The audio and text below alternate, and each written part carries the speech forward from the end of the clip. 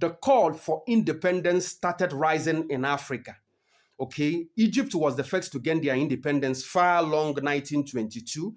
From 1950, Africa started clamoring for independence.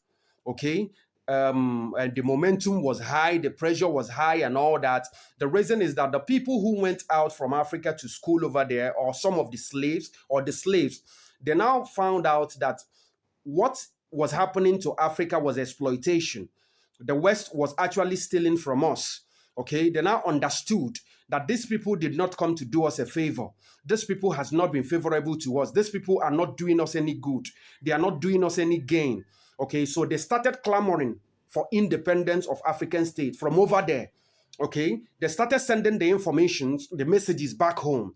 Then the people back home took the information as well. So there was protest, there was a lot of things.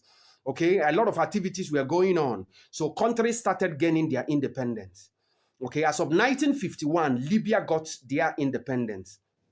Okay, now countries like Morocco, Tunisia, Sudan followed suit. They got their independence in 1956. Okay, then Ghana followed suit in 1957. Okay, then Guinea in 1958, then Nigeria in 1960. So I'm explaining this because somebody asked me, how then did Nigeria get its independence? Okay, so that is just how it is. And I want to establish that Nigeria would have had independence before Ghana. Okay, but the northerners of Nigeria said they were not ripe to rule themselves. They were not ripe to govern themselves. They don't have what it takes, that it is not time. They are not yet matured to control themselves. That was why the independence of Nigeria delayed to 1960. Okay, the independence as was pushed by Nnamdi Azikiwe and some others like Anthony Nahoro. Okay, now that is just how it is. So in 1960, the Britain now said, okay, since you are now protesting, you are now clamoring that you need independence and all that, okay, take your independence, have your independence. That was how Nigeria, because of the rising wave of independence that is already ongoing in Africa, okay, that was how Nigeria got their independence. Britain now said, okay, now take your affairs, handle your affairs, okay? Now, the fact now is Nigeria got independence in 1960, and in 1963, Nigeria became a republic, according to them. Now, the question now is Nigeria truly independent? The answer is no, okay? Because you are not in charge of your resources. The Britain are the ones still controlling your resources. They are taking your crude. That is why they've made sure that your refineries don't function. Most of you don't know that this is one of the reasons why Goodluck Jonathan was ousted out of office, because he tried to bring back those refineries in Nigeria. Nigeria has refineries, has one in Port Harcourt, has one in Delta, and so on, one others. I think 3 refineries in Nigeria, but they are not functioning, because if they function, they will be able to provide jobs for the people, and also the price of oil will be cool for everybody.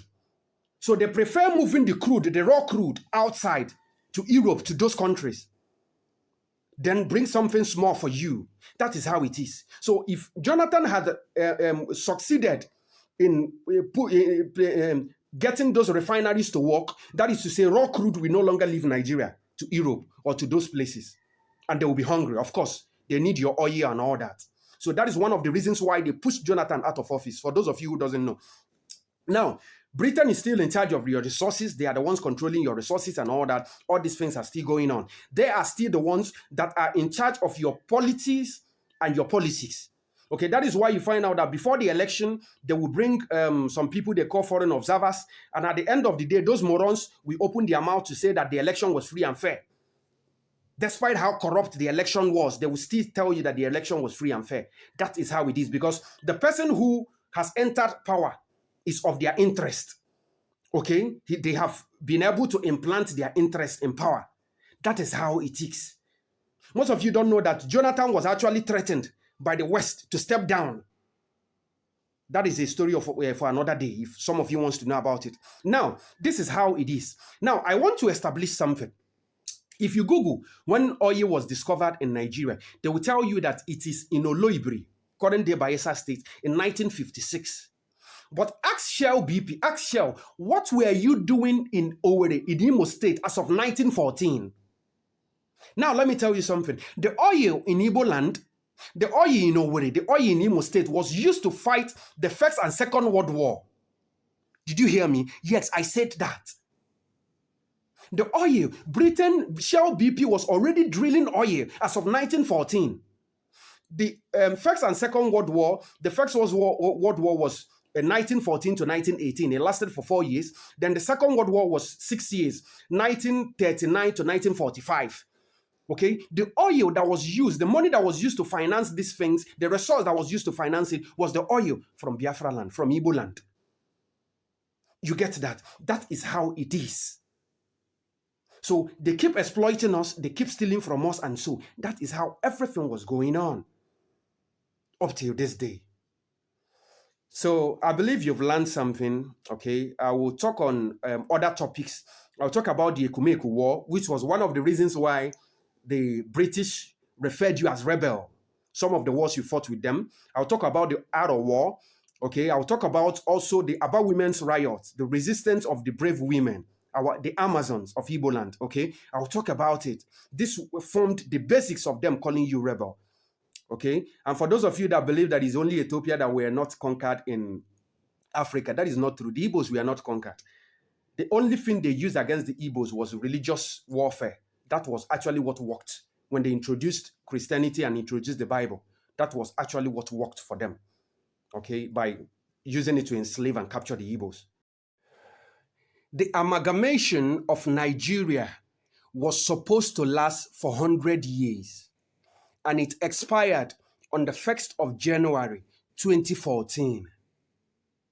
This is 2026. That is to say that Nigeria has operated illegally for 12 years. Nigeria has operated illegally for 12 years because the amalgamation agreement ended in 2014. Whatever you do with this information is best for you. I'm just here to educate. These are the kind of informations they don't want out there. They don't want people to know.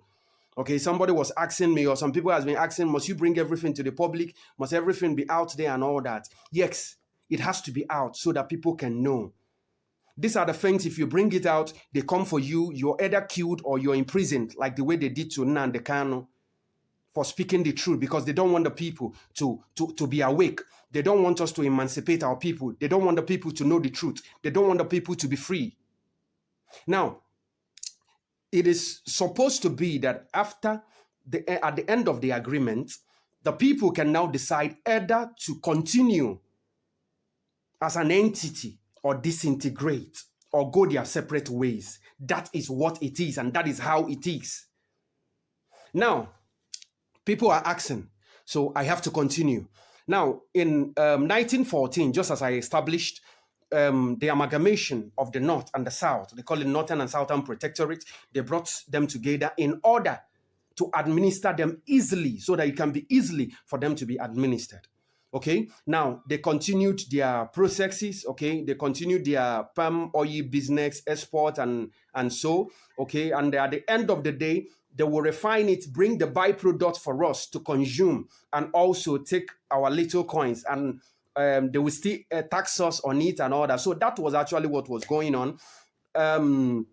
This thing continued when Royal Niger Company sold the company and the territory to the Queen of England, to Britain. Okay, the manufacturing sector, the processing sector, now the processing sector, I told you it was a functional government, right? They had their Royal Niger Navy, they had their Royal Niger Army and all that. It was a full functional government. So the manufacturing and processing center or sector now had their name as Unilever. What you have today, Unilever Nigeria, Unilever Ghana and all that, is a product of Royal Niger Company. So that is the manufacturing and the processing sector of it. Why their administration or administrators now become what you have today as Nigeria's politics.